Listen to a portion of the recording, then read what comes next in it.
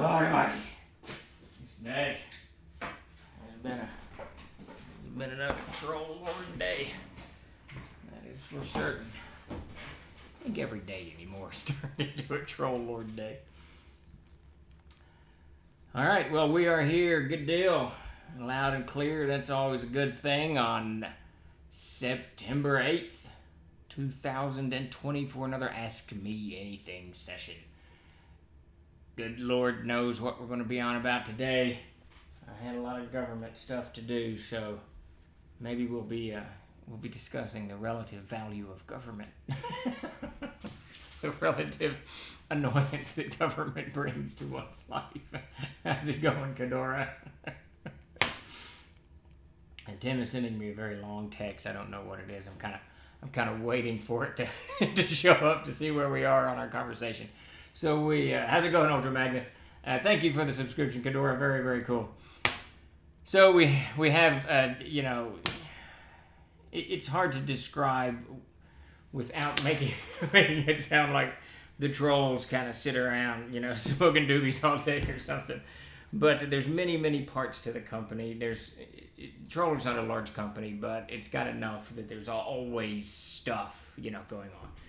And about a month ago, I've kind of, for a long time, had the idea that the character reference sheets for Castles and Crusades, Amazing Adventures, and Victorious are all kind of pointless at this point.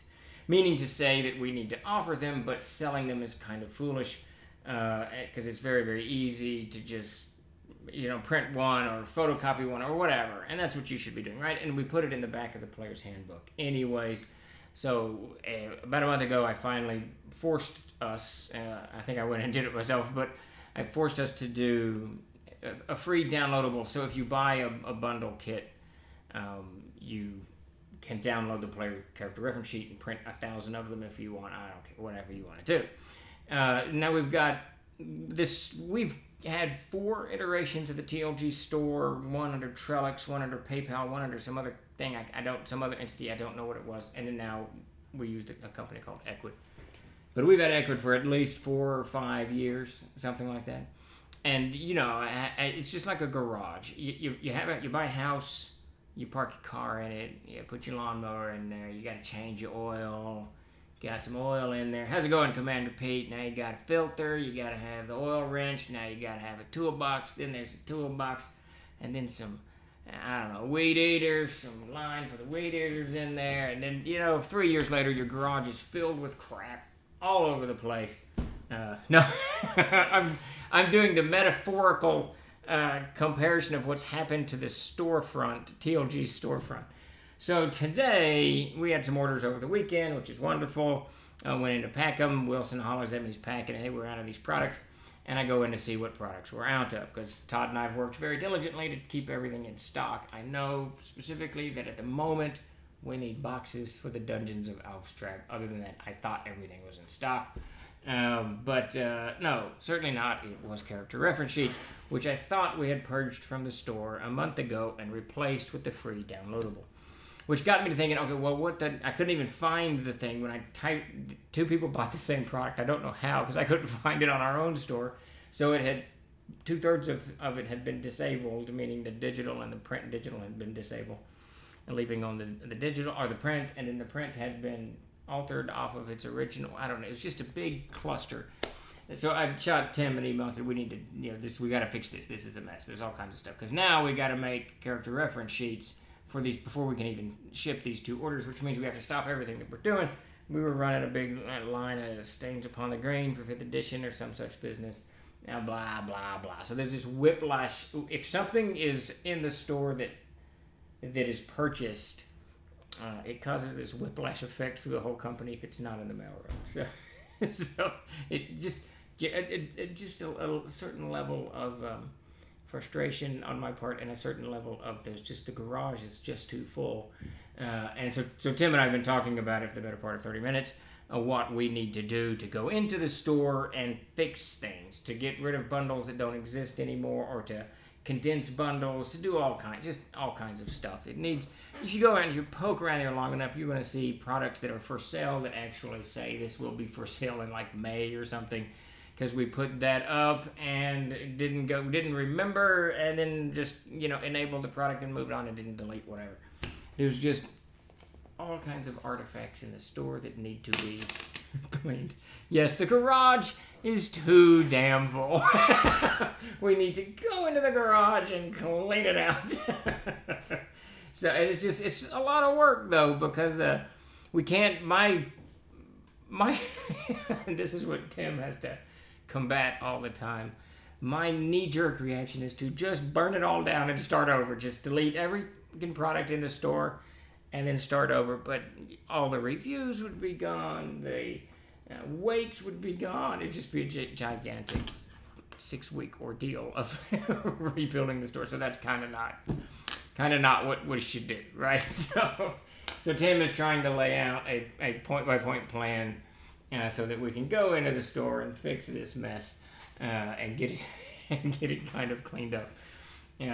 It's just the garage is too full. I think you said it best, DM. The garage is just too so full. How's it going, Mark? Yeah, that's exactly right. The frustrating thing for me. How's it going, Retro Gamer? I'm pretty up to date on TLG products. Nothing goes to print that it doesn't go across my desk at some point, right? I have to do the very final approval on it. I might not have anything to do with layout, writing, editing, art, or any of that, but at the end, I'll be that last guy. So I'm pretty aware of what we sell, mostly. There's a few things that slip by me. So when it was a starter kit. When the starter kit popped up in the mailroom, and Wilson came in and said, "Hey, we can't ship this, blah blah blah." Like, where's a starter kit? We don't even have a starter kit. I don't know. But of course we did. We set up a starter kit some time ago. I think we got a beginner's kit, and we got the complete set, and we blah blah blah blah blah. The garage is just too full. We need to go in and clean it out just a little bit. How's it going, Geek Preacher? Yeah, digital garage too. At least you can contain it, right? You do move a lot, buddy. You do move a lot. The great thing about my digital garage is when it fills up, I don't need to tidy it. I just go in and buy a bigger garage. Yeah, there you go. It's funny you should say that, Commander Pete, because one of the things I absolutely refuse to do. So I set up a Dropbox account a long time ago. Very long time ago. And they gave me, I probably shouldn't say this publicly, but they gave me, in those days, this is long ago days, they were giving 8 gigabytes of free space. They have since reduced that to 2 gigabytes of free space. You have to pay for anything beyond that. But mine's grandfathered in, so I've got this 8 gigabytes. So I won't touch it. Everybody else in the company, I think, pays for, Dropbox is crazy reasonable. It's like $10 a month for a terabyte or 2 terabytes. It's crazy. Whatever. It's a great deal. But cheap bastard that I am, I won't do it. But there's a secondary reason for that, because I know if I set up a terabyte worth of space that I'm not going to go in there and delete stuff. That shit's going to get so packed with digital files that it's just going to be a catastrophe. And I've already got the TLG hard drive. That's where everything is stored, is on a hard drive, and it's backed up on another hard drive and then put in a safe. I try to do that once a month. So if my house burns down or we're robbed or whatever, it's still there. I really need to make 2 backups, but maybe at some point. So that's my thing about Dropbox. I won't let anyone keep anything in there. It's got to be deleted. The only one who gets a pass on that is Peter Bradley, because Peter and I work on 800 projects simultaneously. Stuff that's coming out next year and stuff that's 6 months late or 2 years later or whatever the hell. And then things that need to be fixed. But I just don't want that Dropbox to get filled with stuff, because I know it will become a storage depot that I will use and just stay. So by keeping it at 8 gigabytes, I can't put any more in it other than that. It's wonderful. It's absolutely wonderful. Then I deleted the Mac and reinstalled it, knowing that all the files are there, except there are now many such folders scattered in different places. That's the problem. Oh, too many folders on my NAS storage called stuff, the Mac Backup 2000. Yeah. That's the thing you get, and I had to stop. It was probably 2 years ago. TLG's digital files were in such horrific disarray that I couldn't find anything. I mean, you gotta understand. So I'm pretty okay with a variety of ways that things are done. So when Jason Walton does an art file. So if I send Jason, I need 10 pictures for the player's handbook. Jason will send me back 10 pictures. They're all beautiful pictures. And it'll be Troll 1, Troll 2, Troll 3, Troll 4, all the way down to 10. Well, I've been working with Jason since 2000. Well, 1999 is when we first hired him. So he's used the same naming convention the entire time. So if you do a search for Troll 2, you're going to get like 70 pictures that Jason won, that he's, God knows what book he did it for, you know. So about 2 years ago, so there's that. And then Peter Bradley, I try to save everything by a stock code. That's what I try to do. It's insanely difficult when it comes to art and text files. Covers and InDesign and layout files are all done by stock codes. So it'll be TLG 80101, TLG 80102, blah, blah, blah. Well, Peter doesn't do that. So Peter, he does an automatic save because I guess that's what it says. It's got like the dash between the words. So it'll say TLG dash, players dash, handbook dash, and then he'll just call it whatever. And then for his art files, part of me finds great joy in this, part of me does not. He just names them whatever mood he's in. So it'll be like a fighter with a longsword, and it'll say long pinprick. And so you have no flippin' idea what the picture's called. You know what it looks like, but you can't find it. Search. Zoe actually names things by what I call them, but if I go in and I change the name later, that's out. And then for the Kickstarters, we do things like there'll be a low-level adventure at Stretch Reward 5. And then that goes into the hopper as that, and it gets named later when Davis or I write it, or Jason Vay writes it, and then suddenly it's got a name. So the long and story of that is our digital files a couple of years ago were a flipping disaster, and it took me, I don't know, the better part of 3 weeks to clean all of it up, get everything named by its stock code, put into proper folders, set by subject matter, blah, blah, blah, blah. It's just a mess. I just found out I have an old, Twitch account from 10 years ago because it was Justin TV account. Yeah, no kidding. I'm sitting on multiple copies of PDFs from various Kickstarters, draft editions through various products to it.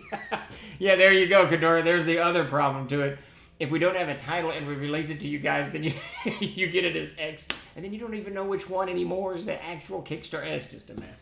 Trying to get everything by stock codes is the idea. I'm supposed just to reproduce. They're everywhere, but they aren't good at names. They're all Troll 2. Yeah, that's the same. That's the same thing. It's really funny too. I think he actually did for Metamorphosis Alpha. I think he actually called it Deck 1, Deck 2, Deck 3. I think it was because I remember thinking, man, that's a break from Jason's normal his normal routine. It's just it's just funny.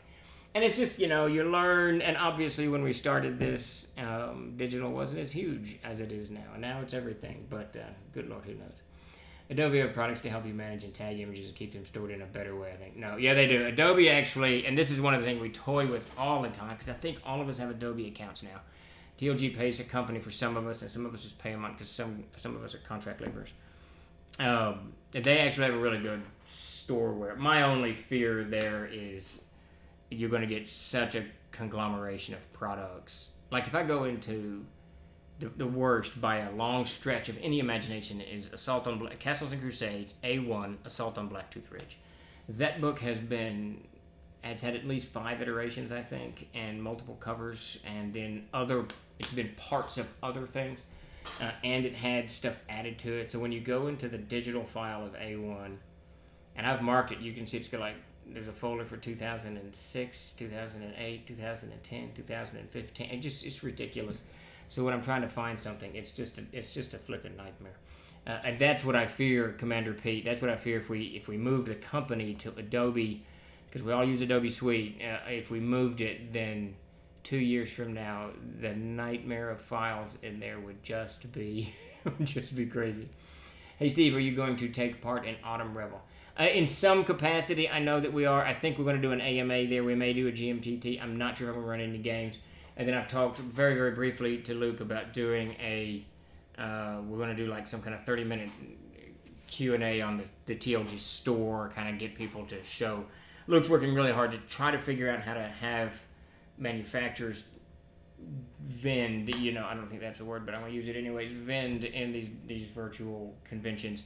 And Luke's which is really hats off to Luke. Love the guy to death.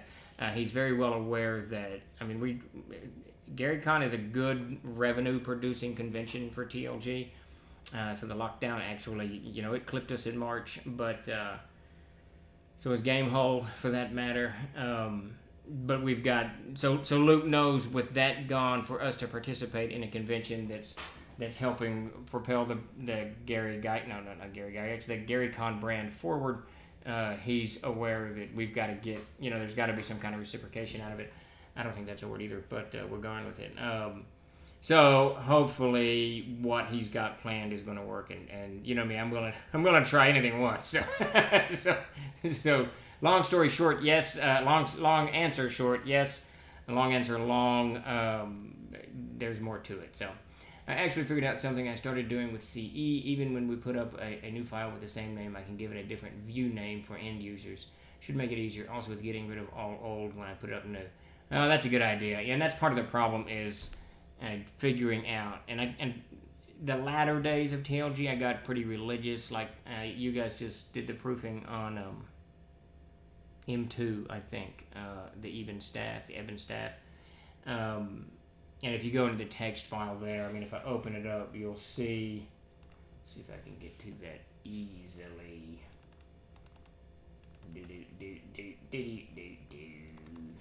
Text files. So there is the Eben staff, which is the one that Davis sent over.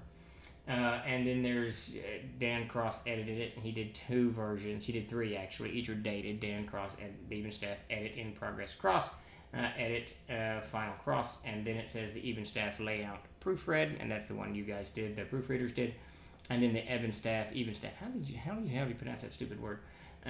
To layout, and that's the one where Davis took the final proofing comments and integrated them into the text, and that one off to Peter. It went. So there's ways to do it, but if you do get this just stack of files, and if anything goes wrong, you're doomed. Thank you for the subscription, Ultra Magnus, and that reminds me, everybody, thank you for showing up today. Sure appreciate it. We're here to talk about all things troll, games, RPGs, the market, industry, whatever.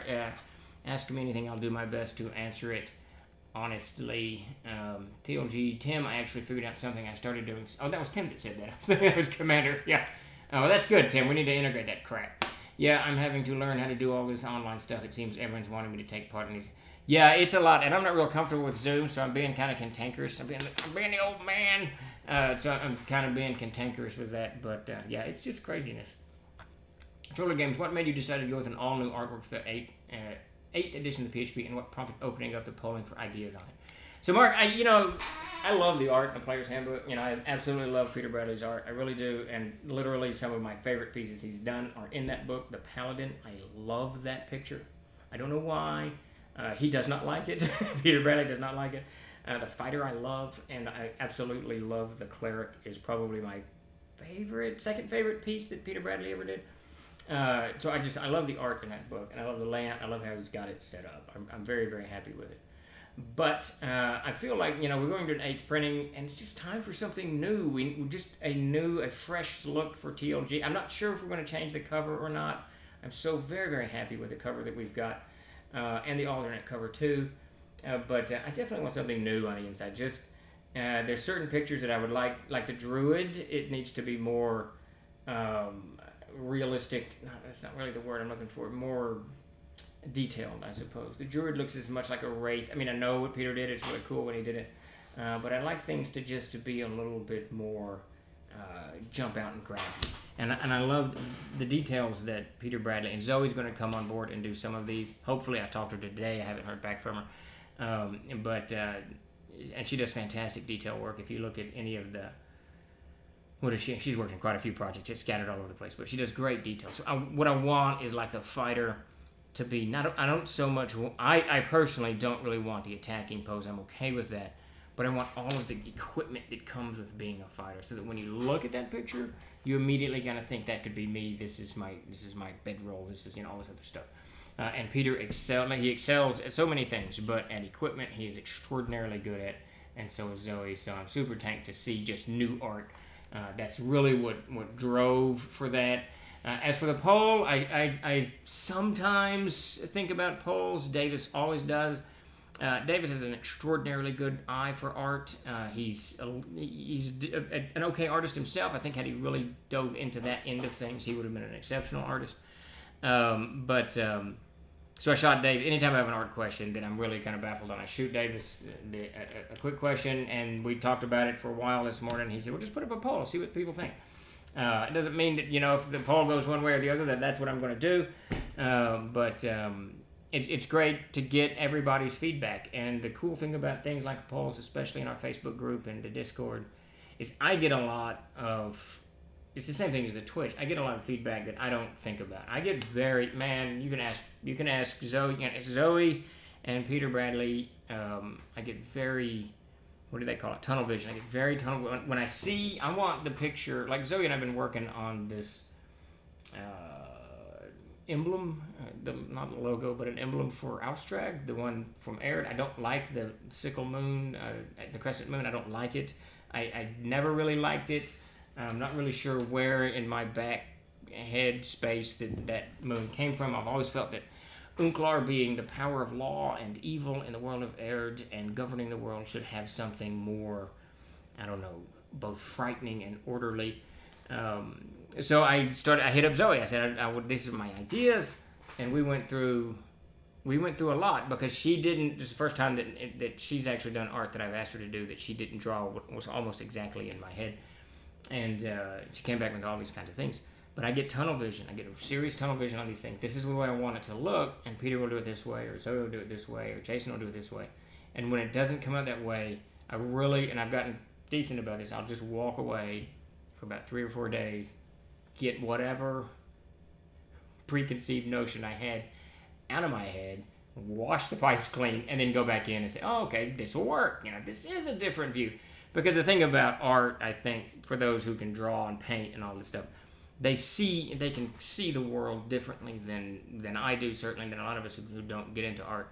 Or I get into art, but I can't do any of it. I can barely draw a stick figure. They just see things differently, and it's good to kind of go with their perspective, to kind of follow their lead in those things. I try to be good about that. It's even like the editing. Some of you guys are doing editing for us. I try to follow your lead in that. If you think it makes more sense like this, so long as it's not breaking up whatever I'm trying to say, then I'm going to go with that. So yeah, the poll was kind of an afterthought of Davis's, just to see what people think, and I love to hear back from everybody. So, more traffic to the Troll Games storefront with all those great coupons we've been sending out. All kinds of coupons. I don't know what's going on anymore. M5, Tim and Chuck do all of that, so I have no idea what's going on, which is fine. They're doing a fantastic job. It's great.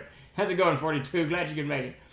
I think people judge what printing it is by the cover art, so keeping the same cover art might cause confusion, but what you have is lovely, so I get not wanting to change it. Yeah, I have to say, now don't get me wrong, I love the alternate cover. I really do, but this piece, I think, is my favorite Peter Bradley piece that he's ever done. There's just something about that night, his boots, just everything about him just really kind of captured my imagination. He just did a fantastic job on that. So I'm very reluctant to change it, but we might. We'll see how it goes.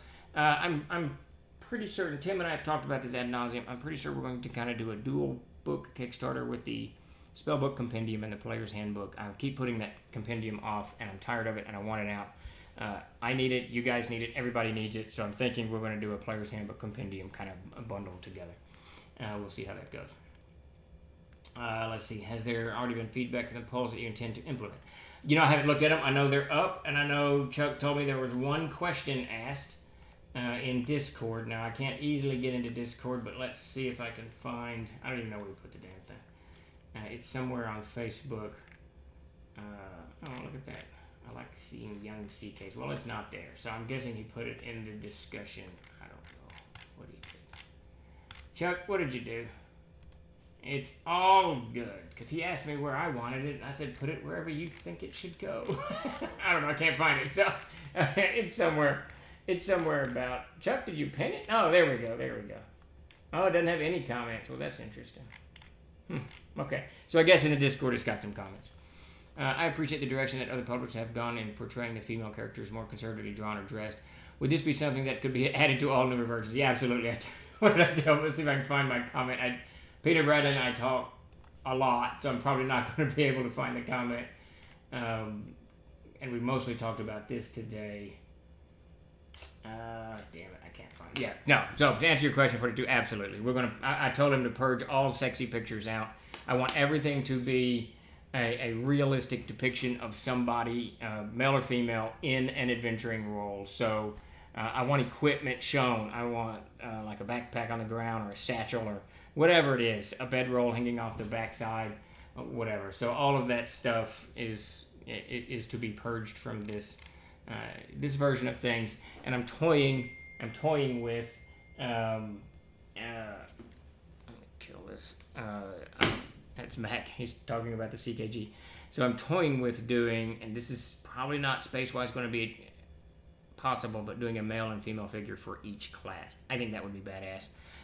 Something no one's done. I'll have to talk to Peter about it, see what we can do on space issues. I don't want the book to get any bigger, but it would be really cool to have a female fighter there and a male fighter there, a female wizard there and a male wizard there. I think that would be very, very cool. Okay, well, I'll have to track it down. I can't find anything. I'm an idiot. I'll have to track it down, Chuck. Yeah, I love that Paladin. Just, yeah, the runes have got to get finished, and they've got to go. And really, the only new thing in the spellbook compendium is going to be I want to finish all of the schools of rune lore that we present in whatever book, Adventurer's Backpack. I think I want all of them done. I'm done with the shadow runes. I say that I added one called the entropy runes, so I'm halfway through the entropy runes. And I've got a good chunk of the bone runes done. So I want all of those in the spellbook compendium. So I'm just thinking that Player's Handbook, spellbook compendium with rune mark stuff is going to be what the Kickstarter looks like. Very tentatively looking at a Monday launch on this thing. We got to get this guy together. I'm very, very, very, very nervous about running out of Player's Handbooks. I can't, especially before Christmas. That's an unmitigated disaster for TLG. Yeah, it'd be kind of cool, Commander Pete. If we can, I got to talk to Peter about space. He's wanting to do 3/4 columns for these guys, which is going to consume more space. But he also wants to throw out the entire Vancian magic system. But I told him we're not doing that. So he said it would save a bunch of space. But there you go. Male and female for each class sounds great. Put in some gender-neutral looking characters, make people guess. Yeah, I'm not sure I'm gonna go that far, Geek Preacher. I really. I don't want to drag or have TLG put in any kind of position where we're having a discussion about that entire whatever is going on out there.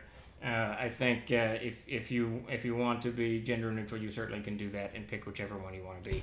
At the end of the day, I want the focus to be really on the equipment, the armor, the weapons, and that kind of stuff that kind of catapults you. Yeah, thanks, Geek Preacher.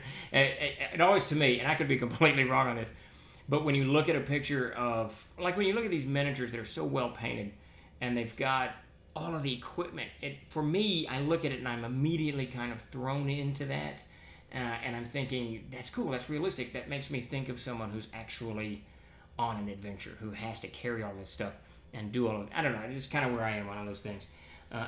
And both of the artists that I want to use for these classes, Zoe and Peter, they just excel at equipment. So I want to try to draw their strengths out. That is the plan. That would save space to get rid of the advanced system. But yeah, exactly, DM. That's not happening. I know, I'm vaguely aware the other systems, don't care for them. I like the Vancian system, especially the way I run games. So that system's going absolutely nowhere. Now we might, and I told him this, I don't want any art in the spell section. I don't know if there's any art in it right now. There might be a little bit, but I don't want any art in there. That is the encyclopedia. There's a little bit. Yeah, there's pictures in there. That's the encyclopedia part of the Player's Handbook. So it needs no art. All it needs is the information. So I'm going to excise all of the art from that section. And if that gives us enough room to do a male-female bit on each class, then we're going to do it. Now, I will warn people. Really smart work. Yeah, Elmore was good. Yeah, Elmore's fantastic at that, Geek Preacher. Absolutely. And the only 10-foot poles. Yeah, I mean, yeah, well, some magical 10-foot poles. Yeah, exactly. Now, I'm going to warn people. So, I haven't decided this yet. I got to talk to Davis and Mac and Peter. They're the ones that are involved with presentation of the game, and Mac not so much in the way the book is built, but Mac had a very when we first did Castles and Crusades, he had a very specific request that a layout be a certain way. Now we did that in the first 3 or 4 or 5 printings, and then we deviated from that.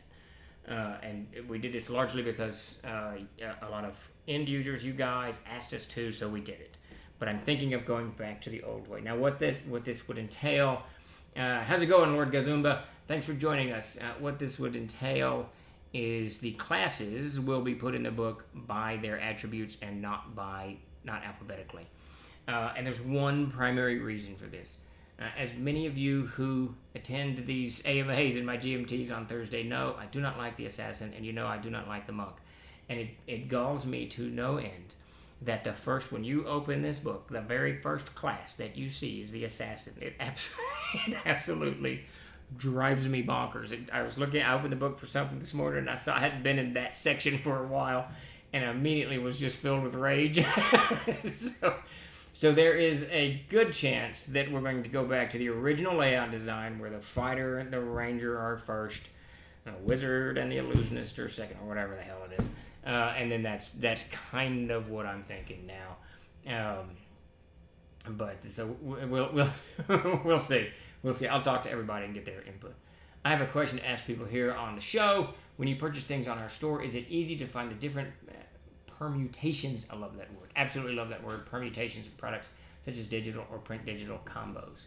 Omzed says yes, it is. Yeah, that's one of the things that I started this discussion today about the store, and one of the things we have is the print version is what you see, and you click on that, and then it takes you to the page of the print version, and you can choose print and digital or digital only, and they're all kind of interlinked. So we'll see how that's one of the things Tim and I struggle with all the time, is making the store more efficient and easier and friendly to everybody, blah blah blah, but yet getting all of the stuff in there. Call the assassin the slayer. There you go. That would kick him down. That would send him to the back of the line. That would be fantastic. We won't, because of the whole connections with our roots in AD&D, but that's a great idea, Virtual Wizard. Absolutely. I do prefer it alphabetical, easier to find stuff, but yeah, that poor assassin. Yeah, I know, that's the thing. Everybody loves the alphabetical, but it drives me absolutely bonkers. And I know that one of the reasons that we originally did it by attribute, and this was Mac's call, and I thought it was a great concept that he put out. The game is built around attributes. It's not built around your class specifically, so we wanted to focus on attributes as opposed to class. So we did it as the way the attributes are listed on the character sheet: strength, intelligence, wisdom, is that it? Dexterity, whatever. And I think that I love that concept, because it kind of takes a little bit of focus off of the class, puts it on the attribute where it should be, and the attribute is really what drives everything, right? So that's kind of where that's exactly where that came from. And then through popular demand, we switched to alphabetical, because so many people were complaining. And I'll admit, it is nice to have an alphabetical. It is. I'm a huge fan of alphabetical.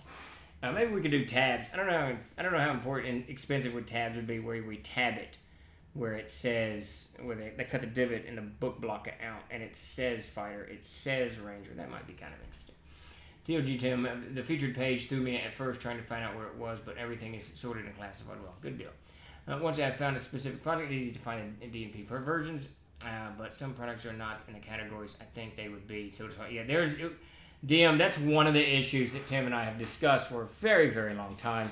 The store is old enough that there's products all over the place that accidentally got put somewhere or removed somewhere in the cell and never got removed. It needs, really, Tim and I are going to have to sit down for like 5 solid days and go over that entire store, and we just don't have the time. It's one of those things.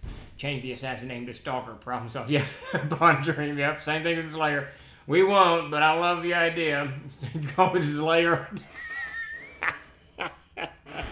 There you go, Kadora wins. We're just going to call it the Z. Put it at the back of the book. It's in an appendix.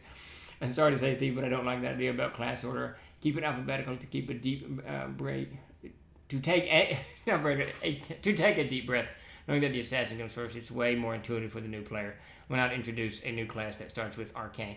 Because we don't. You're right, Mr. Obadiah. But we won't. I won't change anything in the player's handbook. That's going to add it. Really, the player's handbook, I want it to stay the same as it always has. So there won't be any new classes. We won't change anything. What I'll do is I'll sit down and talk to we may do a poll because I don't want the end users to all be like, the player's handbook, Steve fucked it all up. Yeah, so we'll see. Clearly, no one here likes my idea. What's the beef with the assassin? Is there any reason you don't like him? I can't see. Eine Lichtmauer. Eine Lichtmauer. It sounds German. It's a personal thing, I think. When you say assassin as a class, he's in my head, and I know the arguments for the other side. He's just a murderer. He just murders people, or she murders people, whichever you want to do. Geek pressure. So it just bothers me. It's not a heroic adventure. It's just a murderer. And it's just, so I can't get that image out of my head. I wish that Gary had named it something different in the long ago days to call it a slayer or whatever. But, and coupled with the assassin if you play an assassin in my game, you're going to have almost nothing to do, and good chances you're going to die just because my games are built around overland, right? So, and I don't do a lot of town, and I rarely do anything intrigue which requires the assassin skills. So it's a way I play, but it's also kind of a pure hang-up on my part. That's all it is. It's not, there's nothing wrong with the assassin necessarily. It's completely, internalized.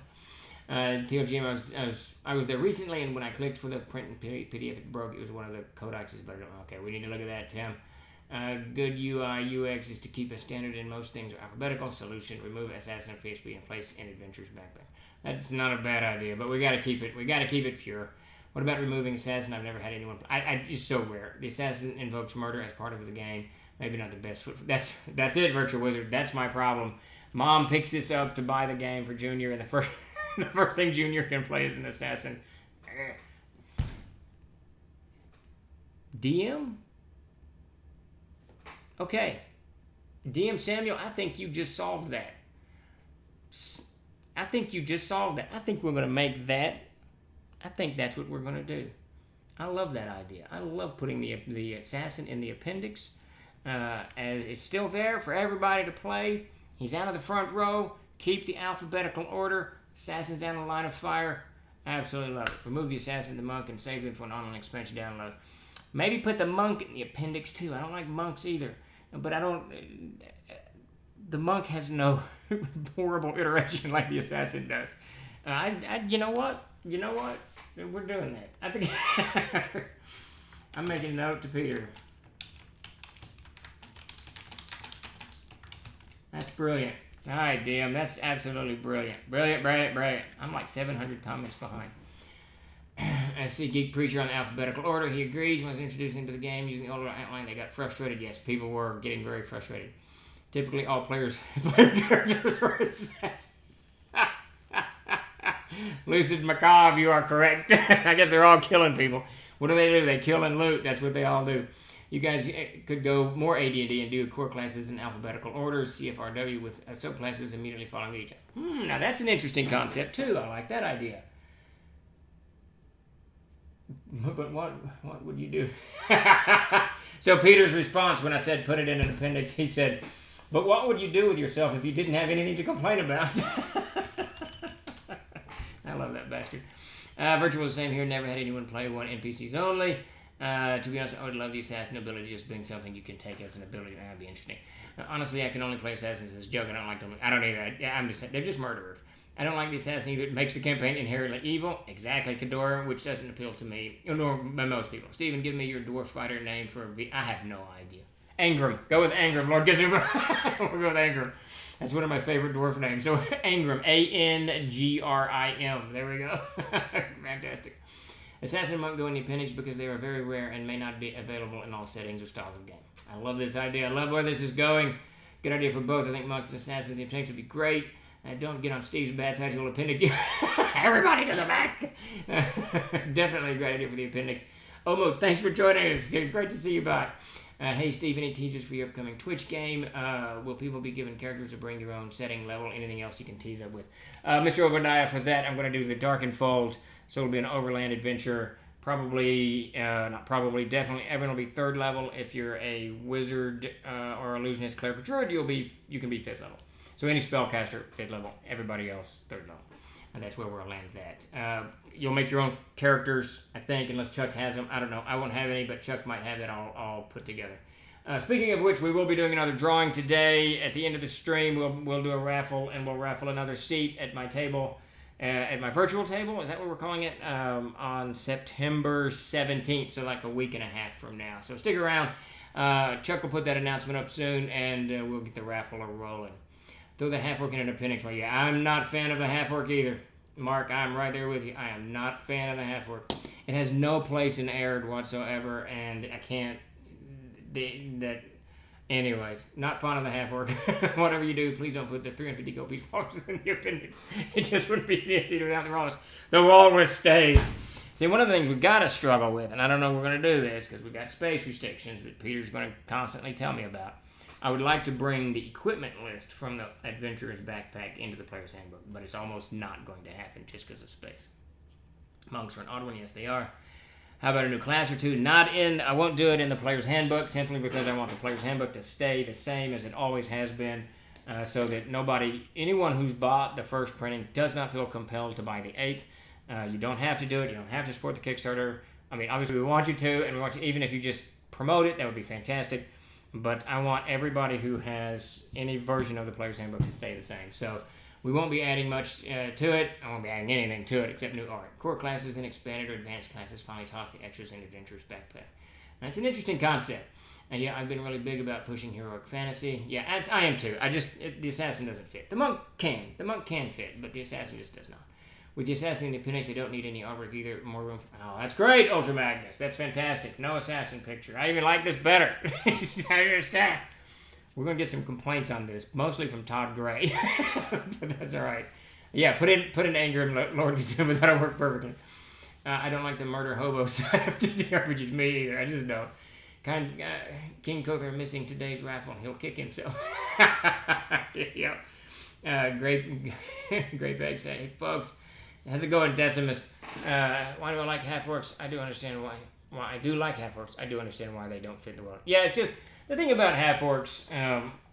I don't give a crap what anyone else. I really don't. Whatever you do at your game is fantastic. I support you 100%. Whatever any other company does, great. Carry on. Don't care. And I know that Wizards of the Coast had a big hullabaloo about orcs being good or something. I don't know. I can't remember. They were going to do. I think they would be good or bad. Whatever. I don't care. It's great. Fantastic. Move on. Don't care.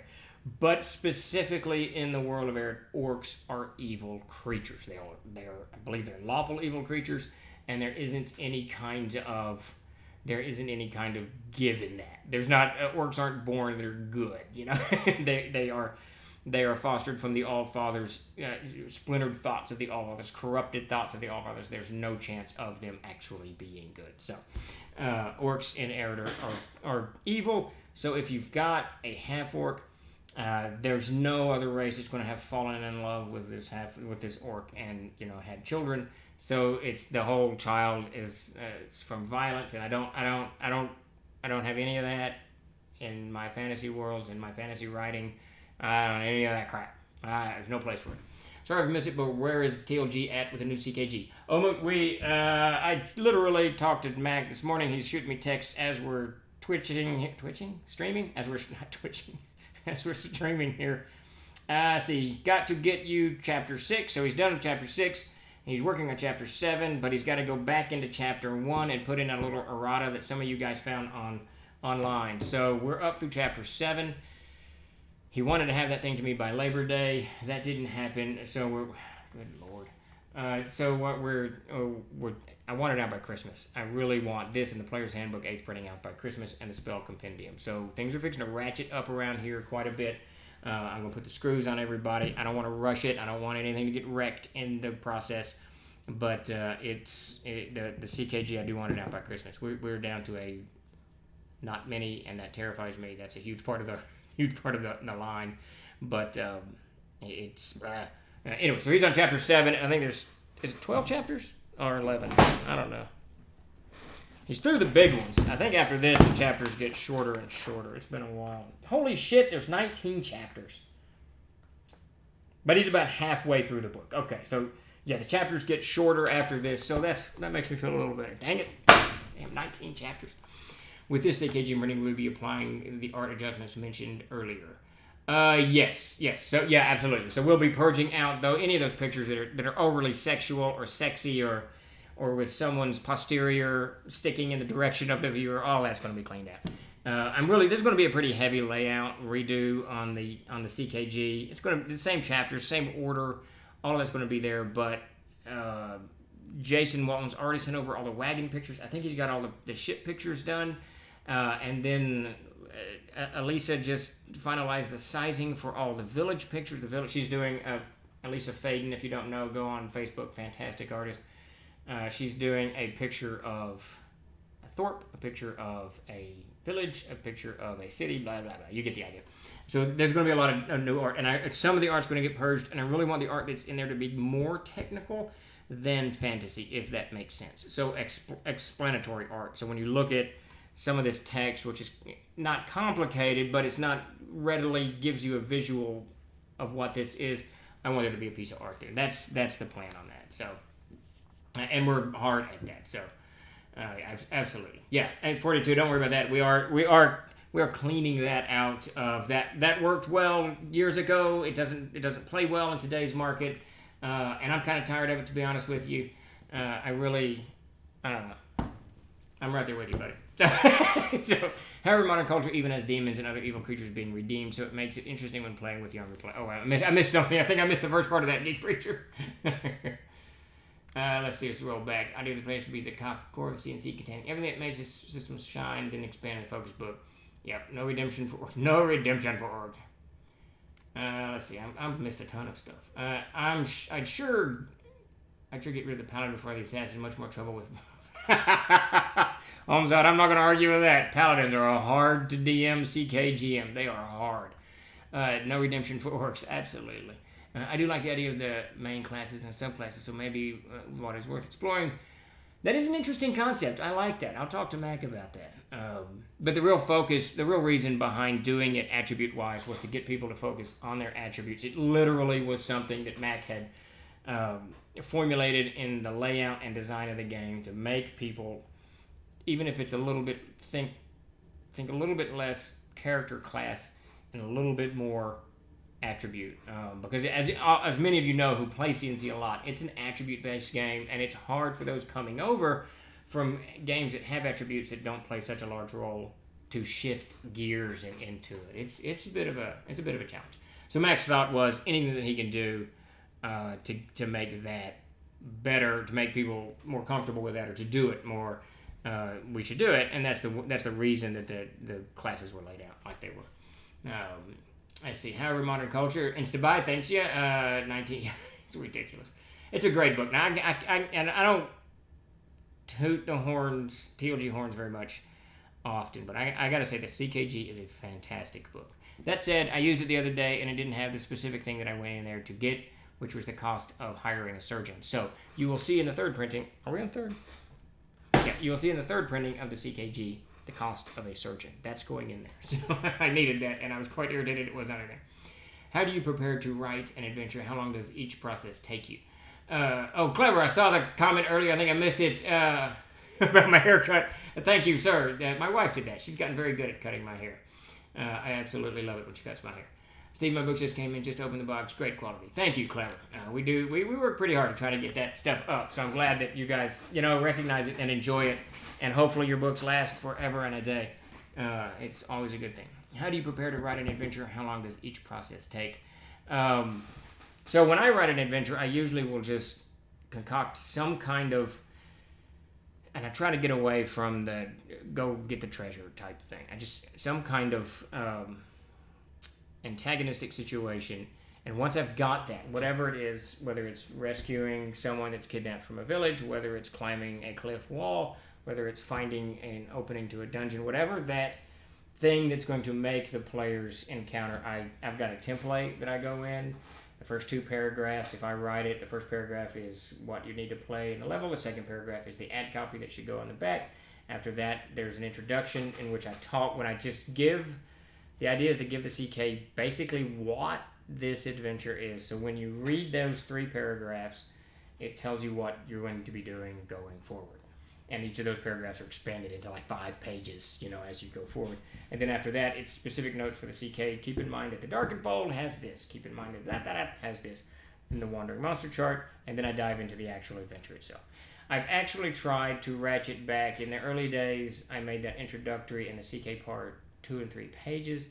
I tried to ratchet that back to just paragraphs so that by page 2, the CK is not bored off of their skull. They're actually in there and able to do something, as opposed to just keep reading over and over again. And so that's basically the way I do it. And I deviate from that at times, of course, but it's kind of how I tie into it. What do you mean by attribute-based? Desmond, I'm going to assume you're joking, but for those of you who don't, the siege engine is the whole mechanic that drives Castles and Crusades, and it's based on your attributes, and pretty much everything that you're going to do other than combat is attribute-based, and that's where we want people to think. And I've had a lot of entertaining conversations with gamers who have joined us from other systems that don't have a heavy reliance on attributes, and then trying to kind of retool. Like one of my favorite expressions is when someone rolls up a fighter, or any class, it doesn't matter, and they've got 1 prime as their strength, but then they got these other 2 primes because they're human, and they realize like 9 out of 10 people will make Constitution and Dexterity your primes, but then they realize, wait a minute, I can have a smart fighter if I make his Intelligence prime and Wisdom prime. I can be a smart fighter. And you can see the light bulb goes off the way that you, it's not the way that you should play it, that if you want to play that you can do it. So I absolutely love that. Yes, attributes without a doubt. The point I was trying to make is that younger players are used to seeing, due to modern culture, Buffy, Supernatural, etc., are used to seeing even totally wicked creatures turn good. Yeah, I absolutely can see that, and I think those redemption arcs are great. But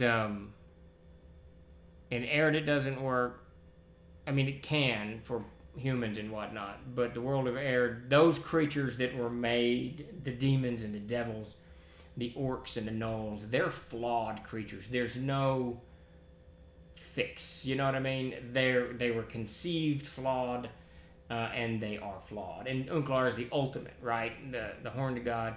He's the ultimate one, because when he's the dark thoughts of the Allfather that were so abhorrent to the Allfather that the Allfather himself pushed them into the undeeps of the void, and there Unklar stays. But from Unklar's perspective, if you read Alstrag and you read Arid, Unklar believes beyond a shadow of a doubt that he's the good one. He's the good, and the good, the bad, and the ugly. He's the one there to actually fix things. So there's no redemption arc for Unklar. He's the good one. He's got to send your character through the redemption arc. That's Unklar's take on things. His whole belief is that the Allfather he did this stuff, everything's flawed. He couldn't stand the perfection that was Unklar, so he cast him into the undeeps. Now that the Allfather is gone, Unklar must come in and fix his father's creation and make it better than it is. So there's no possibility of a redemption arc for Unklar. It's just he's already fixed. Let's see. John Calvin would love the world. Yeah. I kind of like John Calvin's whole work 6 days a week. I'm a big fan of Calvin there. I know there's a whole lot more to Calvinism than work 6 days a week, but I like the working part. I'd argue that younger audiences have also been exposed to plenty of black and white and binary morality too. Yeah, one of the things about, again, when you get into Arid, I don't give a crap. If you buy the monsters and treasures and you have orcs be good, more power to you. It's your game, go. But in the world of Arid, it doesn't. Of course, if you buy Arid, you can do whatever the hell you want. You bought it, go. I don't care. But from my perspective, some things are black and white. Some things are evil and good. This is just the way it is. And I'm okay with that. Even Arhide the Trickster is irredeemable. He can't help himself when he wants to pull a prank. He thinks He thinks it will be funny. Yeah, that's it. He gets one over on someone. That's it, DM Samuel. He thinks he's being funny. When he destroys that entire race of creatures that are species of creatures that the sea god Elor created. Now Elor laughed about it, but Narhite just thinks that's what everybody's doing. That's what we're doing. There is no redemption arc for Narhite. And he is really almost the most evil of the evil creatures in the world of Earth. With intelligence, wisdom, and charisma, I will know what to do, when to do it, and I think I missed the beginning of... Nope, I did not. Alright, where am I? Now I'm lost. I got lost in this shuffle here. With intelligence, wisdom, and charisma, I will know what to do, when to do it, and to be liked by everyone. That's true, and that's the thing. That's the cool thing about the attribute checks. When you learn that you can spread them out off of what you had, your traditional idea, your traditional stereotype, I should say, of the class that you're playing, the game suddenly becomes. I mean, each class suddenly becomes far more adaptive. Is not the word. There's just more to do. Far more fun. Are we doing the raffle? Evil is evil. Look at the Tomb of the Unclean. Yes. Evil is evil, absolutely. Only 6 days a week. There you go, Mark. There you go.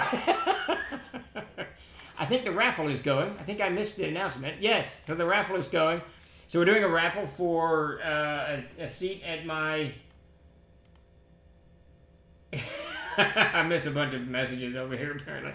We're doing a raffle for the seat at my table on the 17th. So please enter !raffle to have your name put in, and we'll all do some virtual gaming here at some point.